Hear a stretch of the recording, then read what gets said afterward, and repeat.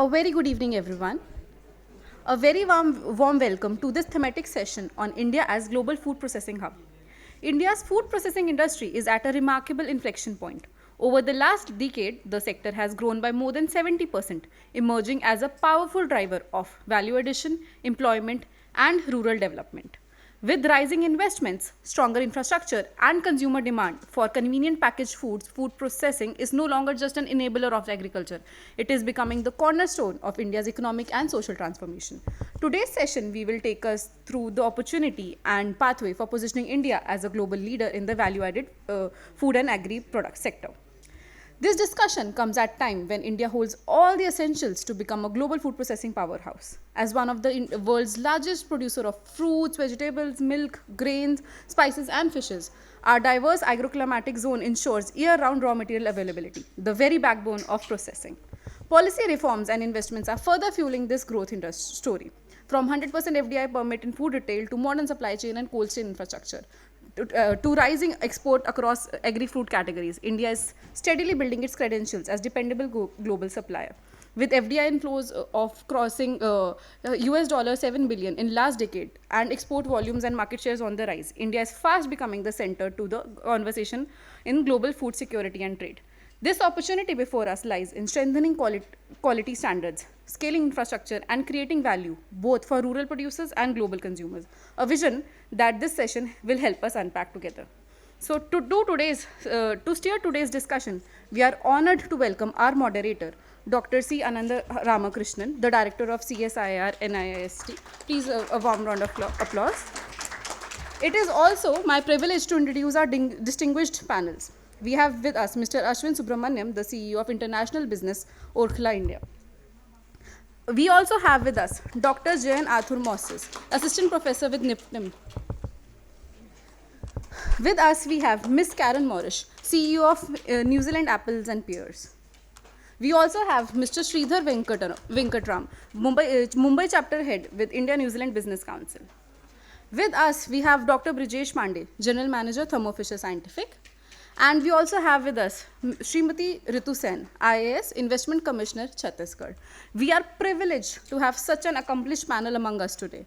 With that, I invite our moderator, Dr. Ananda Ramakrishnan, to take this session forward. Thank you so much. Welcome back to this session on how to make India as a global food basket. Before going to the proper panel discussion, I want to give brief about where we are standing as the India in the global stage, where we need to pitch in. Maybe another 5 to 7 minutes, I'll give the small presentation about that. If you look at India, we are the fourth largest economy, almost reached 4.1 trillion size of the economy. Very soon we are going to be a third, 1.46 billion most populated country. That's what big market. And that market others are using, we are not using much. What we expected, that's what if you look at, we are GDP per capita 144. Agriculture is one of the backbone of Indian economy. Service sector is contributing GDP of around 55%. Agriculture is 18%. If you look at total import and export, 32 billion we are importing. Export is 48 billion US dollar business. We wanted to make it a global food processing hub or basket. We need to make it this total export close to the 100 billion. That's the idea. So for that, if you look at what are the commodities we are importing, what are the commodities we are exporting. Vegetable oil, we are importing from small country like Indonesia, Malaysia. The worth is 14 billion USD dollar and 15 million metric ton. That gives clear indication where we need to concentrate. Pulses, Australia and Canada, fresh fruits, Thailand and Vietnam, sugar, spices. We are exporting rice. Yes, we improved a lot in the export of the rice. Last 5 years before, we have never exported the rice. Now we started exporting the rice, spices, buffalo, and the fresh fruits. But processed food, what we are talking today, the total agriculture export is 48 billion, out of which 11 billion is processed food. That is coming around 23% of the total agriculture export. You split the processed food. What are the processed food we are importing and export? Mainly, we need to concentrate import. Alcoholic beverages, cocoa product, coffee, tea, cereal preparations. This is the one India is the highest amount of the production of the rice, wheat, maize, but still cereal preparations products we are importing. Again, export is marine product, coffee, tea, and fruit juices and cereal preparations. We'll take the biggest market and where is the money spinning. One is the US market, another one is the Europe market. These two lines, one is the cereal preparations. If you look at Ireland and Italy, they are importing. US is importing from the Ireland and Italy. The total worth is 21 billion USD size market. Cocoa products from Canada and Ivory Coast, and meat, fish, Canada and Ivory Coast. Only one place you can look at the whole slide is the oil seed. India is only 1.2 billion size. And European, again, oil seed, cocoa, and cereal preparation, meat, fish. Nowhere we are exporting or these countries are importing. I have one more data, 2017 to 18, the whole Europe is imported almost 3.1 billion worth of the biscuits. India's contribution is only 2.14 million, not even a 1%, less than a 1% only our contribution whole Europe. We produce 130 million tons of the 110 millions of the wheat and 270 lakh tons of the sugar. We are not able to convert the biscuit and we are sending into that.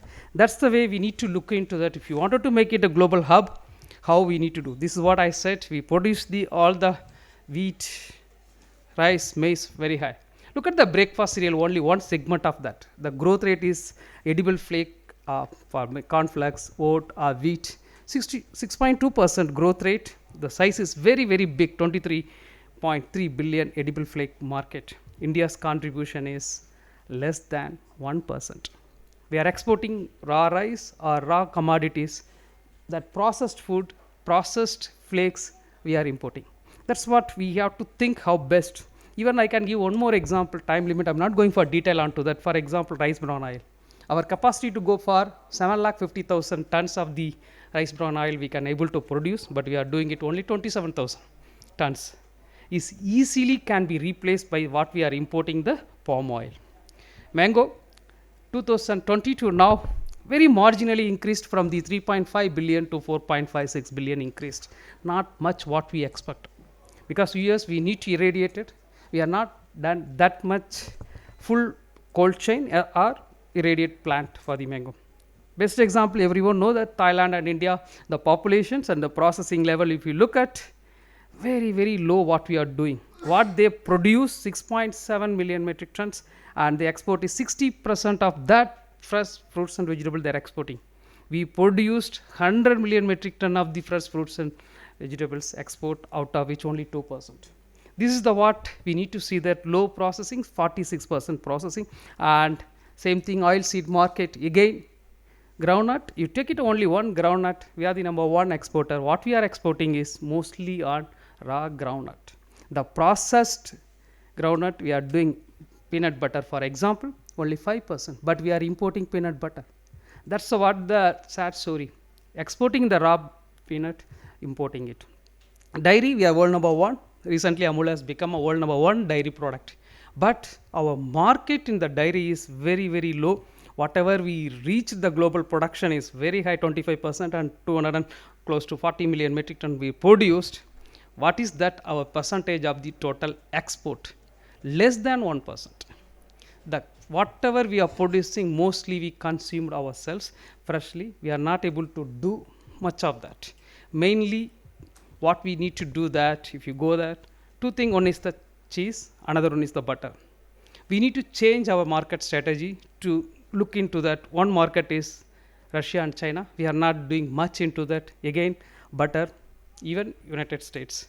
So if you are able to do that, yes, possible. This slide maybe clear the story about Indian food processing sector. 10 years back, we never thought we are going to reach 300 billion size of the market now. Even 3 years back, we predicted only 250 billion size of the market. We reached almost 389. 2047, we are going to be 2000 billion market size Indian food processing sector. But still, we need a lot of technological innovations to input. We have the competitive advantage because we are producing most of the commodities in the world number 1 and 2. Government support is there. MOPA has started so many schemes, PMKSY, PLI scheme, PMFME, ODOP, under that. Market strategy needed, then we can achieve what our Prime Minister dream of making every person in the world has to eat India's food product. Even yesterday inaugural address also he said it is a possible to do that. We need to combine technological intervention and as well as the good packaging to deliver the taste and what the consumer want. That's what our future, what we wanted to do. Today, I'm open up the panel with all the panelists, how we can achieve. Most of the panelists from the researchers to the policymakers, government officials, to the industry CEO. In their perspective, how it is possible to achieve India as the global food processing hub, how we are going to see that roadmap to be reality. First, I will start with the one by one to introduce yourself. The general topic, what is that each panelist you are thinking about that, about India making the world food processing hub, global hub. Then we'll go with their questions. Good afternoon, everyone. It's a pleasure to be here. And should I call you Dr. Ananda Ramakrishnan? Dr. Ananda Ramakrishnan, thank you for that very flattering introduction. So my name's Ashwin Subramaniam. I am the CEO of the international business of Orkla India.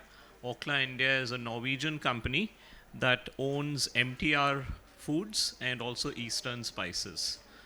Don't ask me what the Norwegians have interested in Karnataka and Kerala cuisine, but that's the way things go. So I run the non-India business. We have 35 million people of Indian origin living outside India. They are outside India, they're reasonably wealthy, and they miss home-cooked food. So that's a business proposition for us. That's why we exist.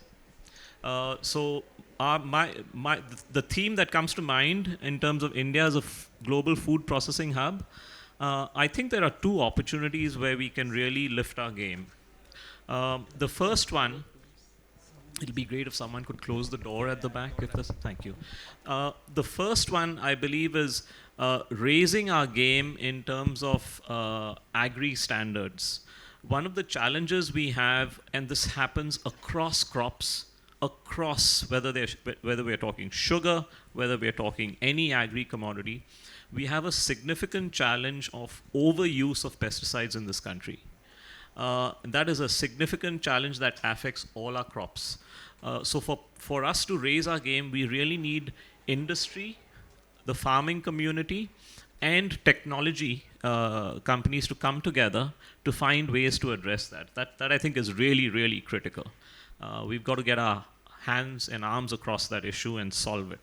The second one, I believe, is significantly step up on the value chain. And I think you made that point, Doctor, which is a lot of our exports are very commoditized, and there's an opportunity for us to get into much more value-added offers. I think we'll talk about that today. Those are my two opening thoughts. Thank you, Ashwin. Jane, you have come from the Research Institute, NIFTAM Tanjavur.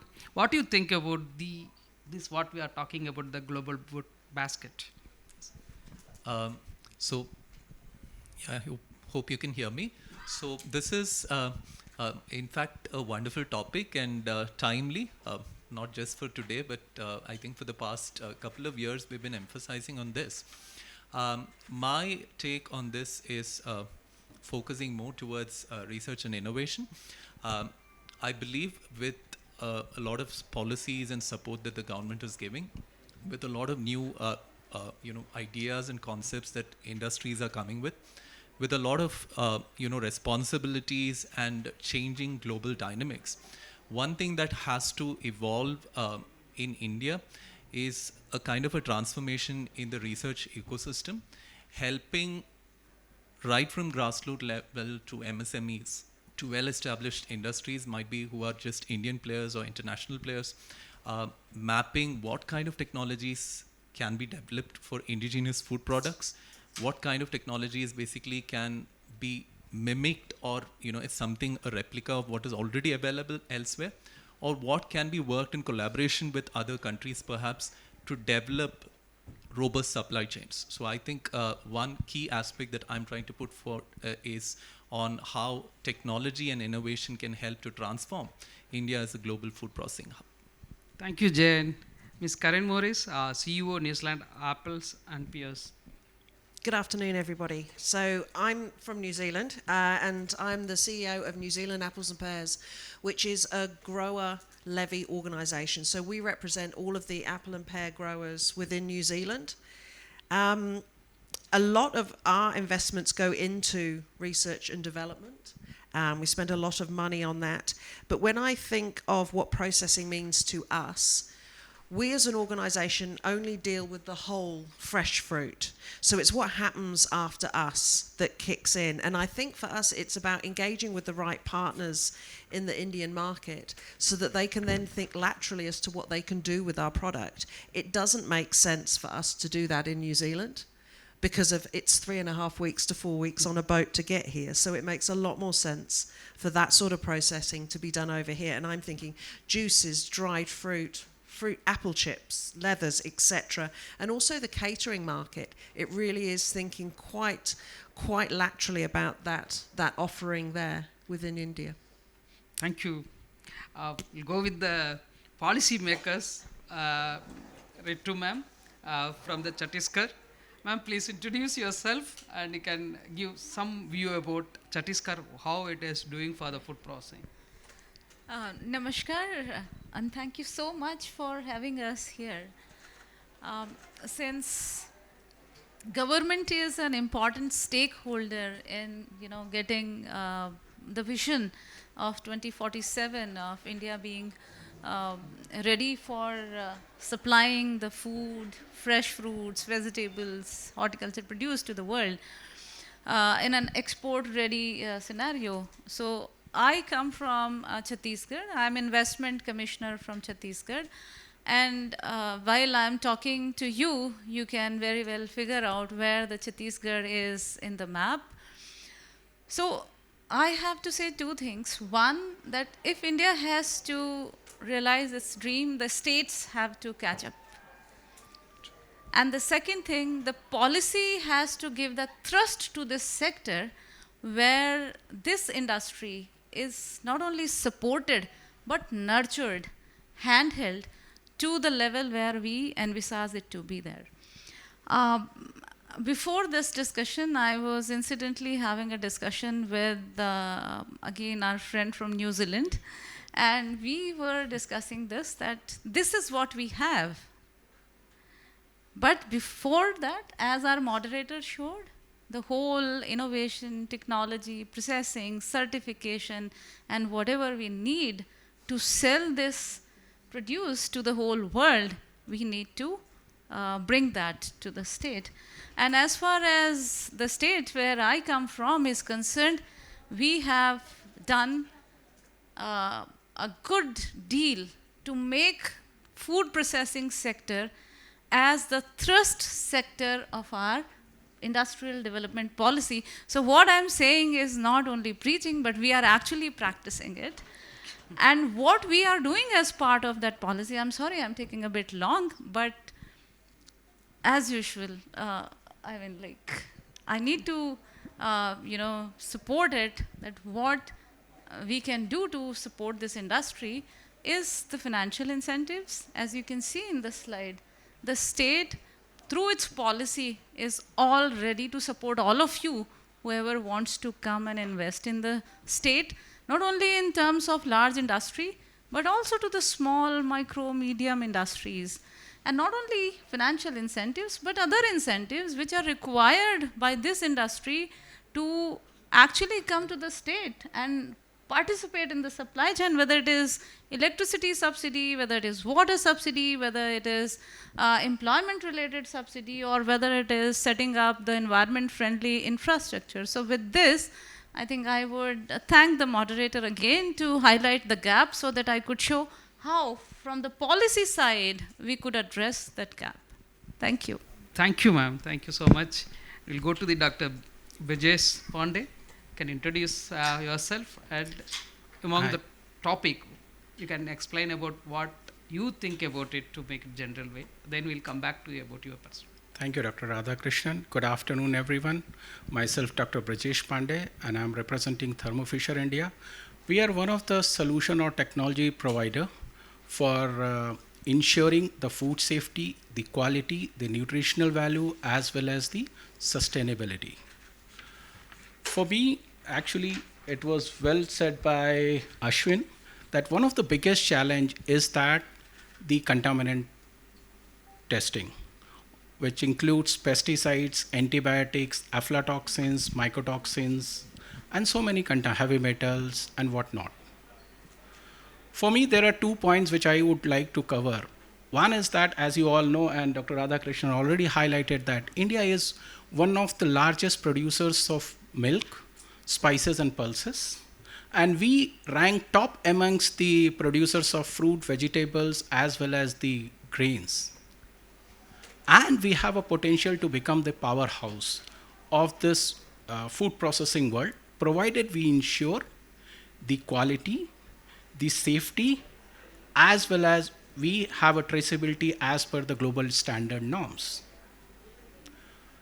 The other point which I would like to make is that creating an ecosystem which is not only the testing but also creating an awareness to the larger audience and have that kind of a traceability which you can say from farm to fork kind of an approach, that will give us a boost in food processing world.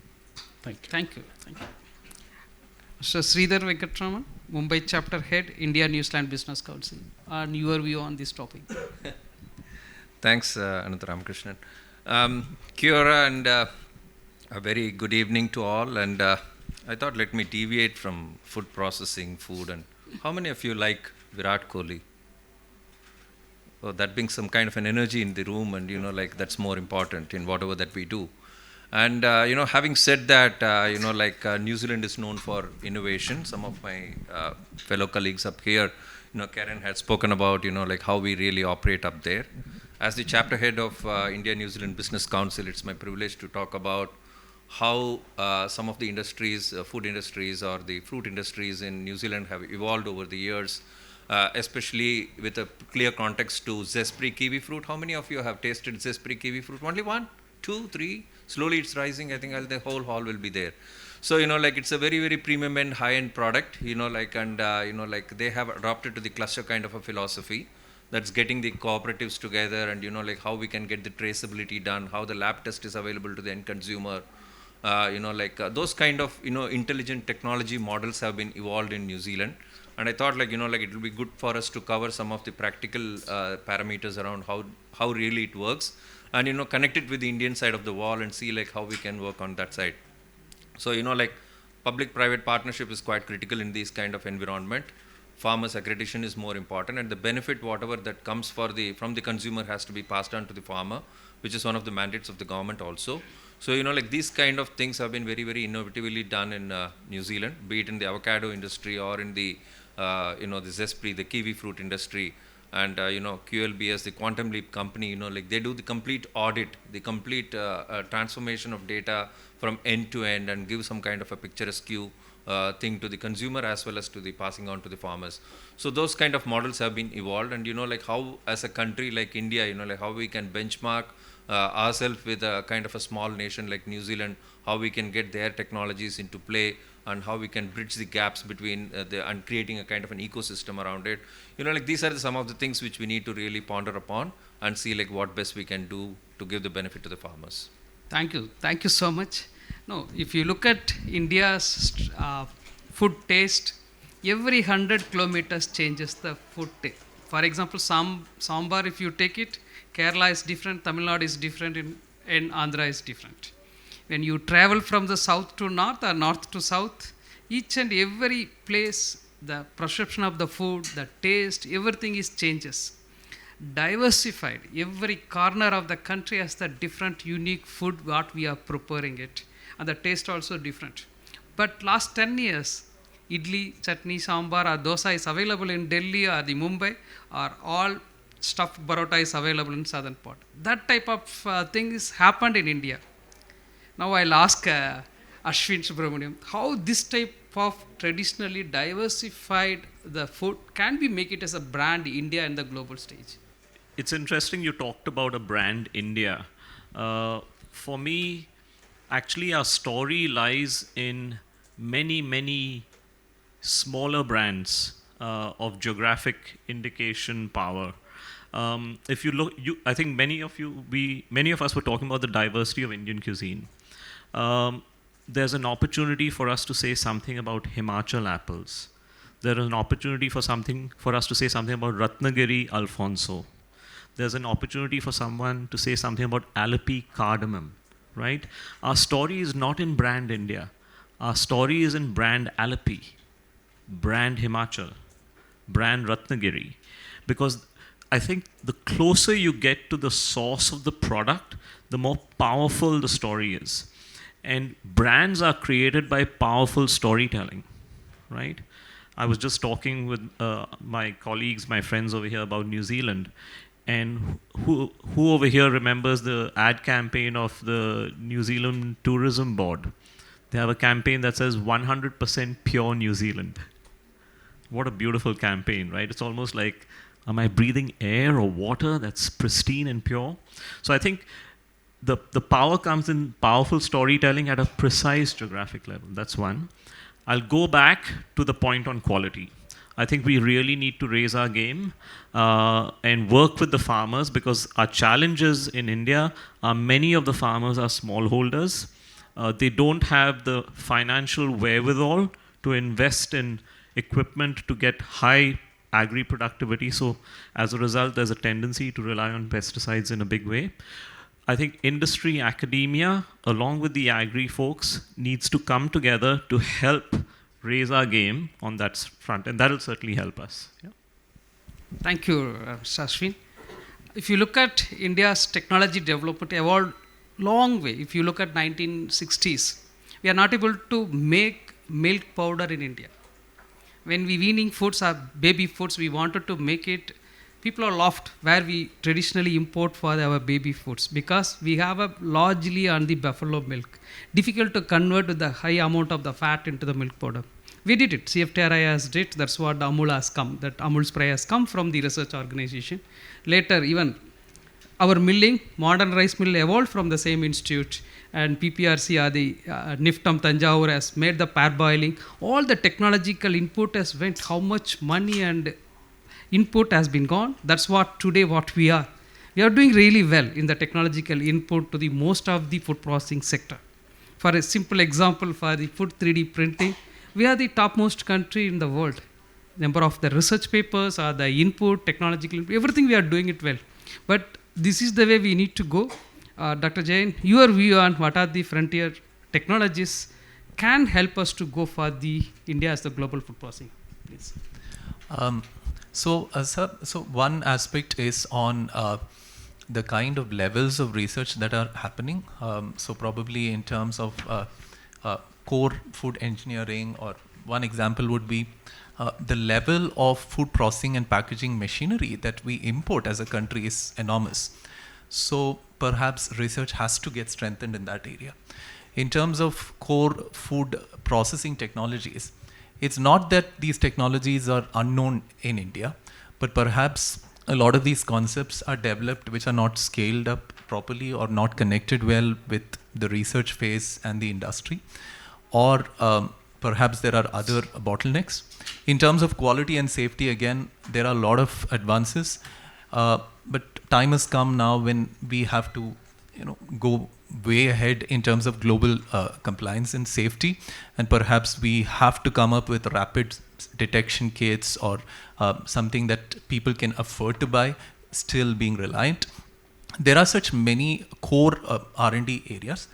What also supports this is a lot of multidisciplinary and transdisciplinary areas that must be considered. It could be in terms of computer applications or information technology applications in food, or might be robotics.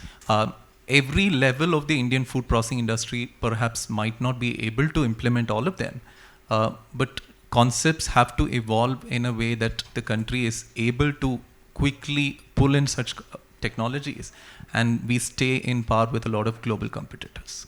Thank you, Jain. Recently published by IFT, Institute of Food Technology Journal, in US consumers, more than 56% of the consumers wanted to buy the product where it's a clean labeled. They wanted to declare all the ingredients should be labeled. They wanted to see that nutrition profiling has been tested. All the claims should be tested. And more than that, beyond the packaging, they wanted to see that the company, they have to follow ethical practice. No child labor, clean trade. And beyond the product, they are looking into that. The compliances is going unimaginable. Even they wanted to go by sustainability, sustainable packaging system, third-party evaluations they wanted. Is it a blockchain is applied into that? So many things now consumers demanding as the food product. India, yes, FSSI is doing lot of things, but we are not come to that level of demand of the consumers. I like to ask Ms. Karen Morris, what is the global buyer demanding this much?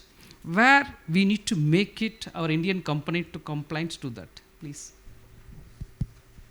Thank you. And I'll apologise in advance because I've been on the board of Global Gap, so I'm going to mention Global Gap quite a bit here. I guess from our perspective, to be globally recognised, it's about having that global recognition in a similar way so that you're all speaking the same language.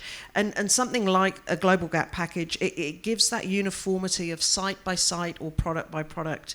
It's that consistency and giving an excellent base of conformity and safety, particularly food safety, and traceability throughout the supply chain. I myself, I'm not a believer of reinventing the wheel every time. So certainly something like a GAP program, it's recognised by supermarkets, it's recognised by buyers, and it's that global network of working groups that can feed into it and get the best outcomes for our growers. So as an example, 100%, so every single apple and pear grower in New Zealand is Global Gap certified. So we've got consistency, and that is from the smallest grower through to the largest grower. And that allows us for national sales as well as international sales. But what we've also done is we've benchmarked it within our own country to be able to work with the government to recognise our internal needs as well as our external demands of those buyers. And I certainly think there's a scalability that we can use. And I don't like the word compliance because it makes people roll their eyes. And, you know, it's a barrier in language. But to me, it's an enabler because it's opening up those markets and it's opening up those customers, which ultimately is opening up a better price. Thank you. Thank you so much. If you look at what Ministry of Food Processing is doing, when 2015-16, I'm not telling the figure, you can go and look at how much money Ministry of Food Processing used to get it from government. Today, it's a more than 10 times increased the budget government allotting to that. Various schemes. Traditionally, MOPA, Ministry of Food Processing, looked into that larger size of the industry, large size of funding. Later, we realized, until unless we make it the connect between the state, it is difficult. Earlier, MSMEs of food processing has looked into the MSME ministry. Ministry of Food Processing took that challenge. We introduced PMFME scheme under the framework of one district, one product. We wanted to go detail about each district. This is nothing but one village, one product of Japan model. That is one of the successful, well-validated model. The same thing we redesigned for the suiting to the Indian entrepreneurs. That's what, even 25 lakhs we used to give support for the small entrepreneurs through the state participation. Today, after introduction of 4 years of PMFME scheme, created 1,60,000 entrepreneurs, the only single scheme. That is the not only central, state supported. Without state support, we can't make it the total supply chain management.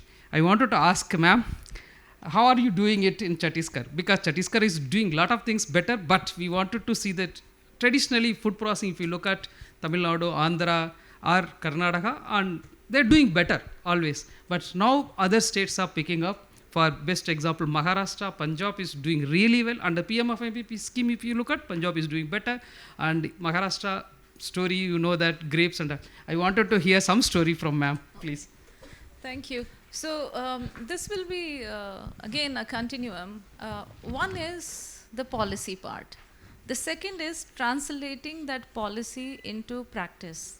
And that too in a way that it becomes an enabler, not as a barrier. So as far as Chhattisgarh state is concerned, we are working on 4-pronged strategies. One is leverage the strength of technology and innovation. And again, I would repeat the same words. And for that, we don't have to reinvent the wheel. There are models in the world. Bring those models to the state, learn from them, and equip your people so that they adapt and grow up the ladder. The second is the relationship with the private sector. Investments for the industry has to, the relationship between government and private sector has to be more like government has to act like a bridge or a facilitator. So inviting the right kind of investments, and for that, reaching out proactively to the people and the industries and the investments which support the state's resources. Like for example, Chhattisgarh is the 5th largest producer of jackfruit, custard apple, one of the largest producer of herbal medicines, one of the largest producer of the traditional rice varieties. It alone has more than 2,000 varieties of rice. So what can match, which investments can match to that resource that it turns into, an opportunity. And the third thing, investing in the capacity building and institutions and the enabling, the ancillary mechanism, and that could be the agriculture universities supporting startups, more graduates, more education. Particularly we are a new state, it becomes important for us that we have that skilled resource in the state which can support this industry, because we cannot import skilled resources from other states. And at the same time, agri-tech startups, agricultural technology institutions, like in last 10 years, the state has come up with many institutions which support agriculture universities. So it's not IT and engineering, but also the agriculture and food processing. And again, like the testing, certification, and the other side, because without reaching to that level, you cannot, ensure the success of the industry in the state. So if I tell it again, like be the bridge for the industry, connect with the youth and connect with the right kind of, institutions, leverage technology, and boost the industry with the government funding. Strengthen the grassroots farmers and the cooperatives and the farmers producer organization. And Chhattisgarh has done a very good job in terms of, like our state alone has more than 20,000. The districts have like 10,000 self-help groups which are into farming, organic farming, and food processing, smaller units. So I think this is what a state government offers to the industry and to the world here. Thank you, Thank you. ma'am. Thank you so much, ma'am. See, if in 1960 we are not able to produce much, that's what we used to import most of the food grains. Even that time, Prime Minister of India told we need to cut 1 meal. Can we go for 2 meal to give? Whole population can get additional 1 meal. They are not getting even 3 meals that time. The reality is it was like that. So then we introduced Green Revolution. We introduced the fertilizers to increase the capacity of the production rate and production capacity. But today, we are number one in most of the things. Now we are thinking, can we go back? Can we produce organically without any fertilizer and all? But that is not that easy, because once you made the soil like that, making into the soil into the organic form of the fertility, it is a very, very tough. Lot of buzz are the business models. People wanted to claim organic product, everything. Market is there for that. But how to test, where to test, how to standardize this testing? Dr. Bridges, any view on that organic testing of this, all the products, what we are doing?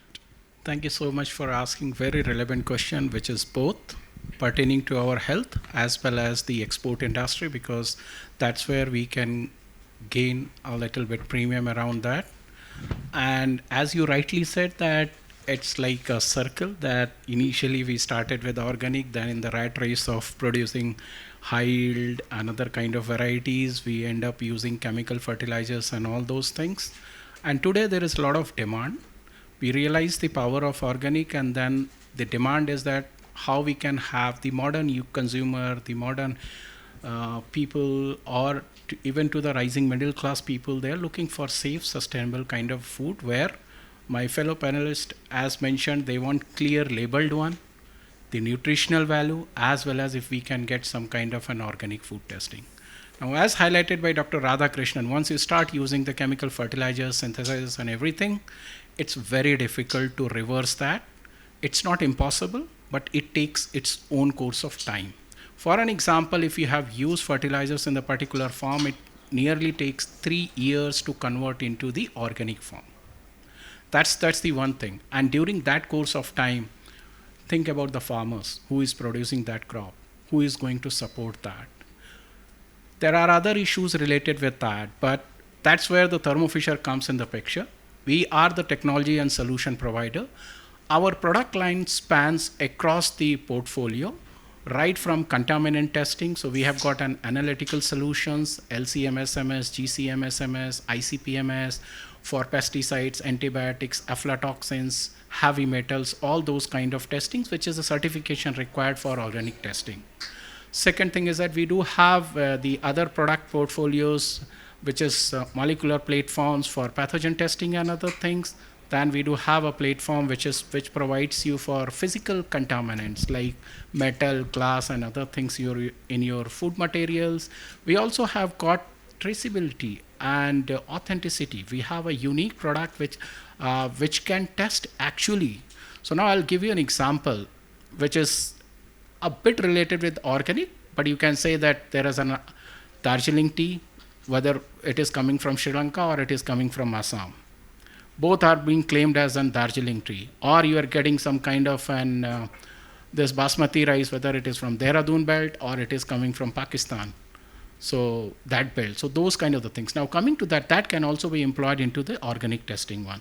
Now the organic testing, what I see personally as of now, it requires a lot of awareness that there are farmers who even don't know the concept of using the pesticides, how it is harmful and other things. Second thing is that ensuring the compliance level. The compliance level is very, very critical.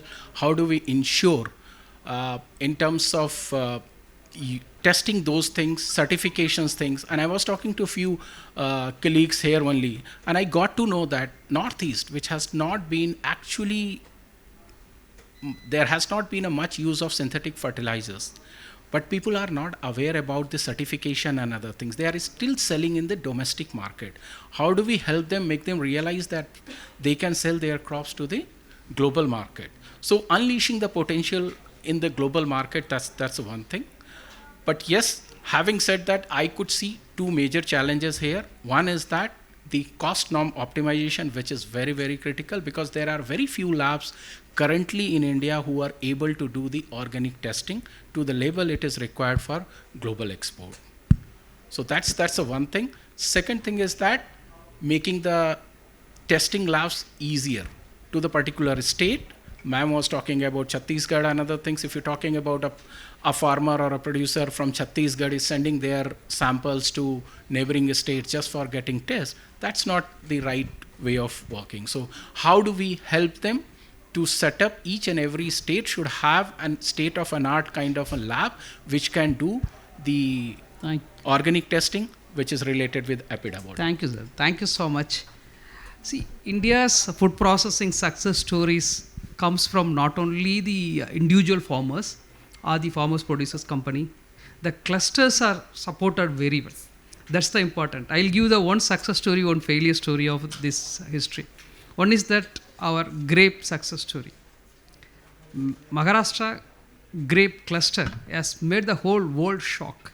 We are doing it very well, and Nasik onion. Both are done very well connected. The total value chain is well connected. We know what the international standard. We are doing from the cultivation to the end product. We are extremely well. But the failure story, if you look at coconut, India's third largest producer of the coconut, but the processed coconut products, India is not doing the big business compared to even small player like a Vietnam, Malaysia. Indonesia is producing very well, but their leap is very high. For simple example, coconut sugar. Vietnam is dominating 60% of the market. Indonesia is doing very well. Coconut water, we are nowhere close, almost less than a 2% of the coconut water business India. This is the big, India is producing huge, but we are not able to convert to the value-added product or the global market. The clusters are failure and success stories are there. How to connect these clusters? For simple example, if you take it a turmeric cluster of Erode or the pineapple cluster of Nagaland and Assam, and if you go for the Guntur chili clusters, all these things we are not able to penetrate in the global market. I want to ask Sridhar Venkat, how we can do that in your view? Yeah, very interesting question, Doctor. In a sense, like you asked me the question, you gave the answer also. So it made my job a little easier. Having said that, like clusters are quite important in the way the businesses operate nowadays. Again, going back to New Zealand example, I think Karen has covered a bit of innovation and technology playing a role in it. I think quality at source is quite important. We need to have a consignment consistency. Clubbed with how we can bring down the rejection rates fall, that's very important.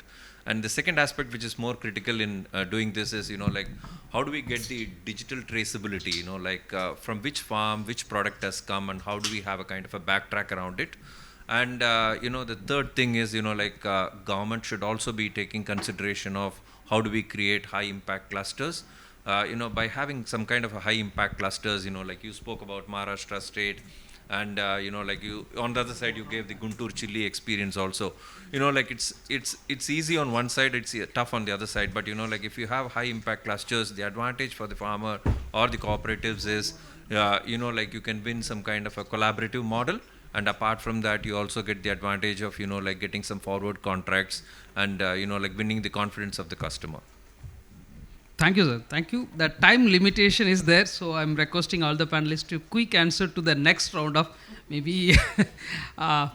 One is that I'll go with the first one is the Ashwin Subramaniam. If you look at that blockchain traceability, US is invested heavily on that. India, we are just starting, but any blockchain software you wanted to access, huge money you have to pay. The way I wanted to, some of you may not aware of that what the blockchain is. Suppose this is the water as given, QR code is there, just you scan the QR code, you know that where this water is pumped, when is the distilled, whatever it is, treated and when stored, how long it, everything can be know from your, that's what any food you can know from the farmers who cultivated, all the things can come. That means the documentation across the value chain. But it need a heavy investment, but that will give the credibility of the product. When we wanted to penetrate the global market, that is the most important, maybe your view on that. Sure. I think the fascinating thing about the era we live in right now is that this little square over here and this device, along with packaging, is pretty much all the marketing you need. So actually, I would say the cost of providing traceability to the consumer, and perhaps this is led by the pandemic, our consumers have become really savvy in using devices to scan things and get information. So I would say the simple QR code on a pack, along with that mobile device that's damaging in other ways, but it helps on the marketing storytelling, is the way to go. And I actually think the cost is significantly low. And the more we start telling the story of our product, the more we start building credibility in what we are selling. I think it's a big opportunity and not expensive. Thanks a lot for the quick answer, and we'll go with the current. How to fill the gap between our standard? We are following almost codex in FSSAI, but still a lot of gap is there. Even for example, vinegar or coconut water, we are making our own standard for the India. But how to bridge the gap between the codex or the EFSA standard or your country standard you wanted to export to the New Zealand? The beauty of those standards is that they're well established, and it's something that gives an easy platform from which we can work from, regardless of where you are in the world. So it's an existing standard, an existing interpretation, and it also means that auditable framework is there that can start straight away. There's no time lag. It's not as simple from a grower perspective as just get a certificate. it's more about an end-to-end lens of everybody along that supply chain having a part in the responsibility. As you say, with blockchain, everybody's got to come to the party. It can't just be one person in isolation.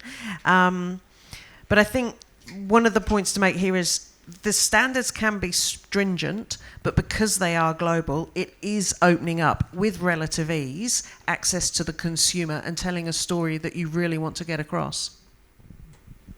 Thank you. To ma'am, before coming to Jain, I'll ask one question. You are the commissioner for the investment. What are the soaps or the schemes you are giving for the food processes exclusive for India and as well as exports? Anything you are giving like a PLI type of supports?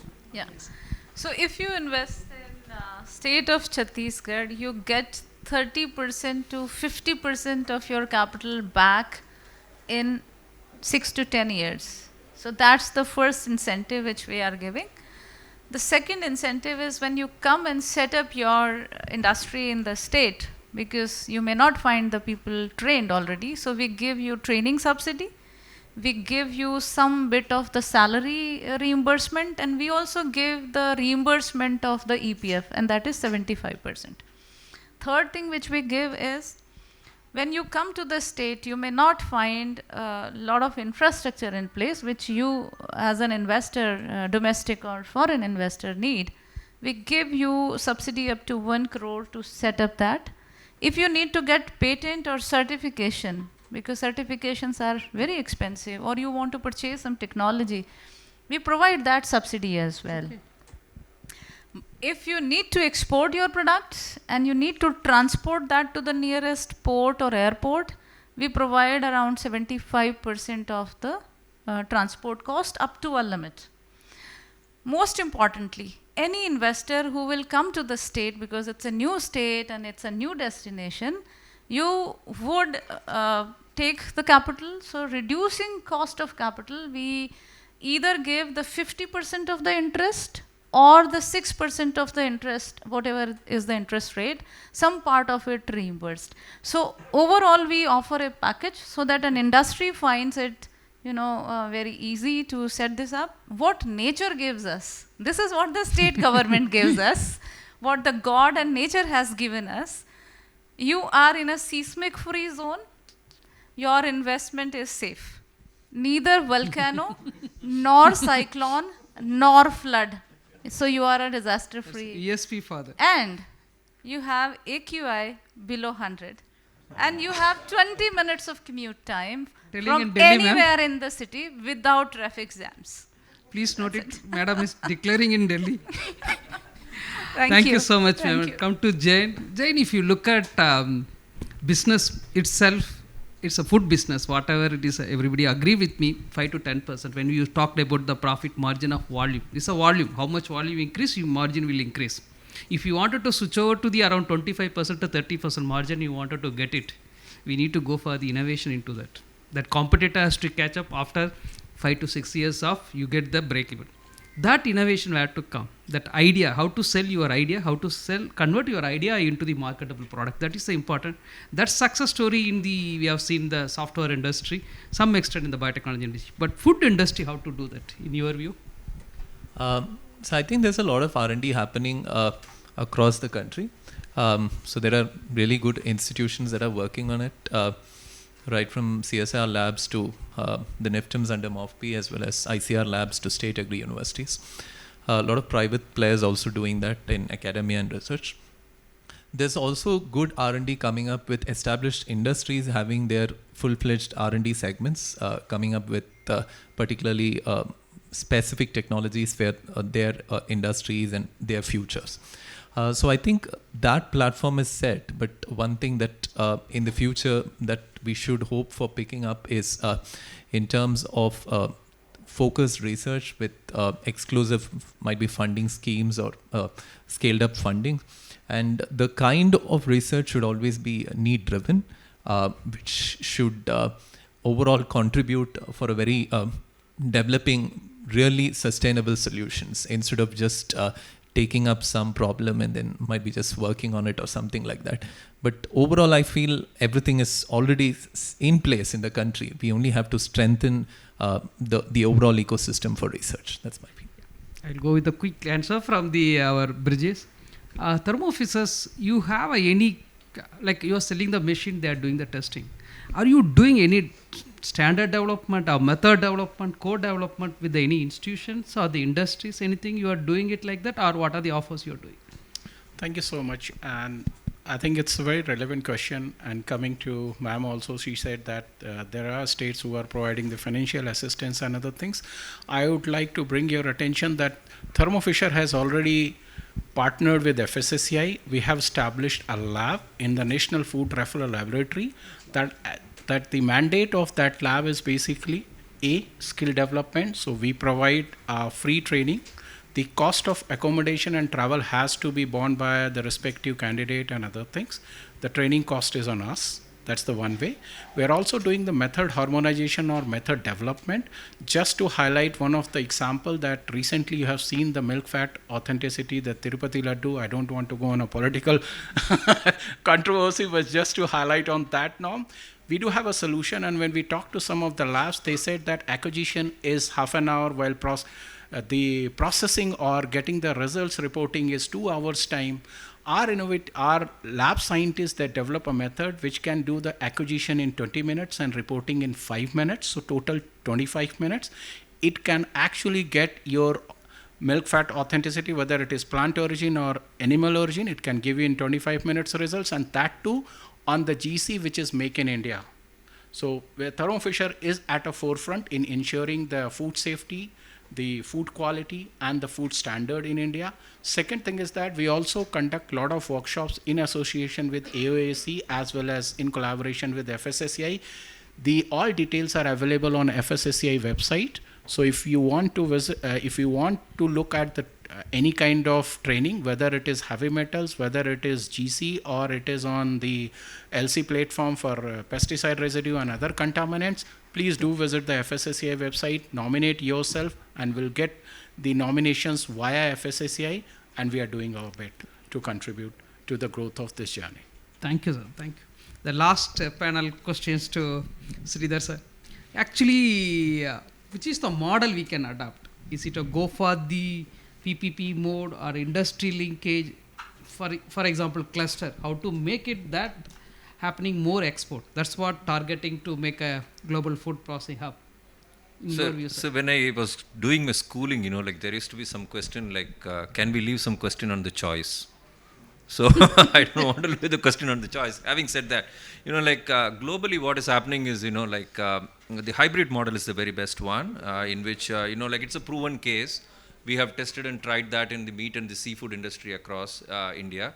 And the public-private partnership, because the kind of incentive what the state government across me is giving, this is really endorsing the fact that public-private partnerships will work, where you get the farmers, on one hand who bring the product into your hand, and then the industry aggregators are there, the industry anchors are there, the agencies which are connected with that are all in the same place.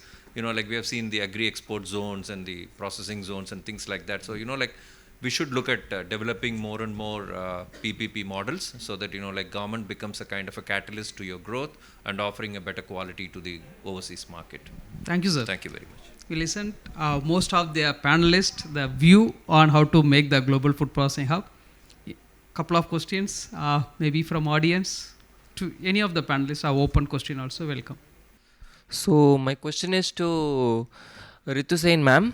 So from my experience of doing my internship in Food Corporation of India, I was able to understand how significant Chhattisgarh contributes to grains, especially to the states of Tamil Nadu and other non-procurement zones.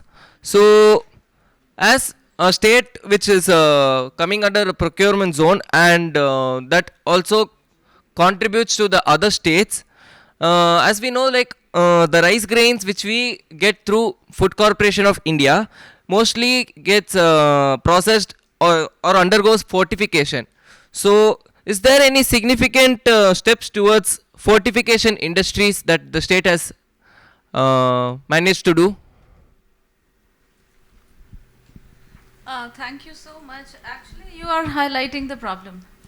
Okay. So you truly said that we are the rice bowl of the country. We provide rice. I mean, that's our main crop. Almost 70% of the state's population is involved in agriculture. But anything beyond that, that's why we have made this attractive policy, and that's why I'm here. Because that's the work which our moderator has also highlighted we all need to do. So the state, perhaps many of you don't know that it's a 25-year-old state. So we have we are going to complete 25 years of our existence. And in 25 years, like India earlier, our focus was to produce more. Now our focus is to process more. And that's why we, as a policy, food processing sector is our thrust sector. Thrust sector, I mean the topmost priority sector. So I'm sure next time in next Food India, Global Food India, I would have some, such units or such processing facilities in Chhattisgarh as well. Thank you. Thank you. Your question on the fortification may be common to all. Then I can give the something, because that we introduced 2020 onwards. Prime Minister announced the fortification of FRK, fortified rice into 1:100, 1:200 for all the things. That may be what is question. Still, lot of implementation process and clutch here and there it is there. We are trying to address most of the things. For example, Chhattisgarh is most of the rices come from the southern India, but their FCI, where they procurement, there they have to test that out. There only that issues are there. We are starting out most of the things. Yes, institution, yes, I was a part of that committee to introduce the FRK. So we know that where is the problem, but we are solving that. But we can't go against to that. In country facing the anemic problem, all malnourishment problem in the country, that is the best vehicle to do the fortification. We are doing it. Thank you. Just a general question. Anybody who's can answer for this? I'm technical lead for food fortification. I'm working for an organization called PATH. And when rice fortification was implementing, there have been issues with the testing, and FSSC has given a unified method, and there's been labs that's been identified. So, is there any? When we were working with countries like Sri Lanka also, they were facing these issues with aflatoxins and the levels determined. So, for our country to improve the exports, is there some certain kind of notified laboratories who adopt a certain method of testing, or there is a uniform method of testing so that there is no variations in the reports between the labs? Is there something that could be, is there something that has been sorted? That is one. And another one is in terms of the fortification process, FSSA has given a traceability software called ForTrace, and also APEDA has also given that for any traceability. So all those softwares are available. There also exists a problem of ownership. Who will host it? Where the infrastructure for that hosting is going to be? So is there any plan for that kind of infrastructure to be set up so that other products can also be brought into that loop? Either Jayan or Bridges, who wanted to answer? So I can answer the first part. Yes, you're absolutely right, and that's what Dr. Radhakrishnan said that. Ananda Ramakrishnan. Sorry, Ananda Ram. So Sorry, he no shared problem. that basically the problem of testing B9 and B12, there has been an issue with the method, and that's what we did. We harmonized the method, and the short answer is that you connect after this. I can provide you the immediate method which will work 100% guaranteed. We have been working with Ministry of Consumer and Food Affairs, Ministry of Consumer Affairs. We have set up 4 labs. Out of 4 labs, 3 labs are already doing this kind of a testing, and it has been well acknowledged by FSSA. For fortification, I know that's Yep. for the products that's being developed, for the other products that we are planning to export. So that panel, I think Dr. Anand. Yeah, it is there. Already notified labs are there, most of the things. But where the question is, why variations are there? You go and test in the NIFTM, you come to CFTR, NIST, all slight variation will be there. That's the 2 things. Even thermophases, whatever equipment even they analyze next time, it has to some percentage. That's what FSSI or the Codex has given the limitations. But sometimes that variations more than 10% issue comes. Within a 5% to 3%, it's fine, because the handling, sample preparation, and the standard of the total process itself involve too many steps. So that issue, the better how many times you do the, wherever variations are there, you need to iterate it more time, then get that standard one, then you can go ahead, sir. But now so many labs, one side FSSAI is supporting, another side MOPI is supporting, food testing lab, almost every state, many labs are there. Now madam is telling state also supporting to start the testing labs. I think slowly we are coming to that level. Last question, anyone ask? I will close. Yes, Dr. Nisha. Yeah, good afternoon. My question is to Dr. Ashwin Subramaniam. I understand that you already have two region in your basket, okay, Karnataka and Kerala, okay, and mostly I understand that you are focusing on expatriates. Please correct me if I am wrong. Expatriates, you are focusing on mostly on expatriates. You mean for the international business? Yeah, international business. Yes, but we also have a domestic business. Yeah, okay, yeah. But then, you know, what way you can help making India as a global food processing hub? Because now you are only focusing on domestic and, you know, expatriates. But then how you can contribute towards making India as a global food processing hub? I mean, how can we help how you find can consumers who are non-Indians? Exactly. Is that your question? Yeah, that's what I Okay. mean. Thank So you. the good news is actually Indian cuisine is going mainstream. I'm sure our Kiwi friends enjoy the palak paneer and the dal makhani, perhaps, right? Chicken tikka masala, people joke, is the national dish of the UK. So we are seeing that a lot of non-Indians are coming into Indian food. By the way, we've launched a range of Arabic spices in the Middle East, and we're targeting the Saudi and the Emirati housewife, and that's doing really well. So I think what happens is the first step is building with the diaspora, but because Indian food is getting more popular, and because there are other cuisines that is very similar to Indian food, Arabic food, and I'd even say Southern European, Italian food, which are more stronger flavors, are generally closer to Indian food. So we are seeing this coming into Indian cuisine of non-Indian consumers as Indian food gets more popular. We're also seeing that our brands have credibility in doing masalas and packaged foods for cuisines that are similar to Indian food, which tends to be more Middle Eastern. Thank you so much. Wonderful session. Today everybody has shared their view. If you look at India, one more story about vaccines. After the COVID, we have made it vaccine in country and we supplied throughout the globe. Now today, 60% of the global vaccines belongs to India. We are the largest exporter of the vaccines. Similar manner, the food also can happen very soon. We never expected India's growth story like this. The only segment in India, one sector is growing 10% of the growth rate last 10 years is only food processing sector. Now we're predicting more than 14%. After the COVID, ready to eat, ready to cook product, processed food, it is increased, especially in the biscuit and other product, pasta, noodles, all went to 12% to 20% growth. Most of the industries are enjoying that. But still is the local market. How to penetrate in the global market is our next phase. Slowly we are standardizing our method, what we have set, and blockchain method, state government is supporting, like they are acquiring the tomorrow, Eastern biryani, masala someone will take in UK or Germany. This all will happen in coming days. Hope that is the dream of every India. And if you make it, it's not only for this processed industry is going to get benefit. Most of the benefits goes to the farmers who produce that. That value proportion is going to be more than, not double, is more than 5 to 6 times higher. So definitely we need to look into that. Hope that day will come sooner than what we are thinking about more than 5 years time. Thank you so much for the wonderful audience participating in this panel and wonderful panelists. Give a big round of applause to all the panelists.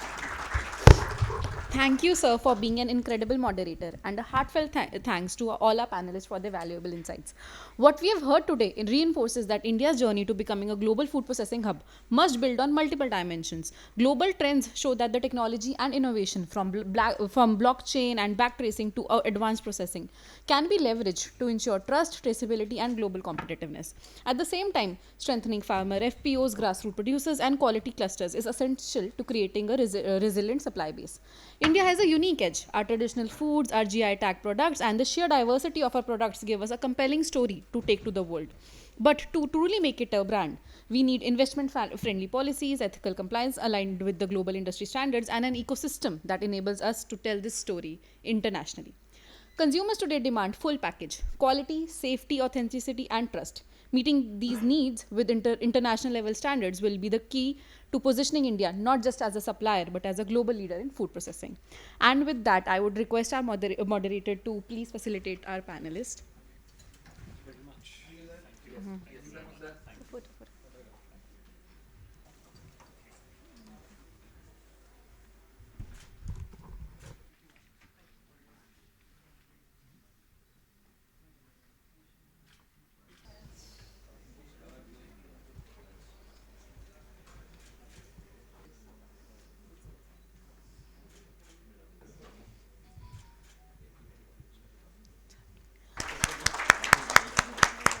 The conversations that began here today will shape investments, policy directions, and partnership that strengthen India's position on global food map. On behalf of the organizers, I thank you all for being part of this dialogue.